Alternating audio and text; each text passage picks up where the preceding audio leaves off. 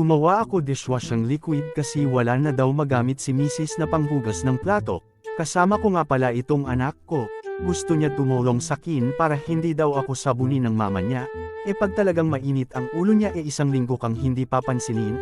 Nabili ko nga pala ito sa shop sa halagang 240 pesos. Magandang gumawa ng ganito kasi ilang buwan ito bago maubos.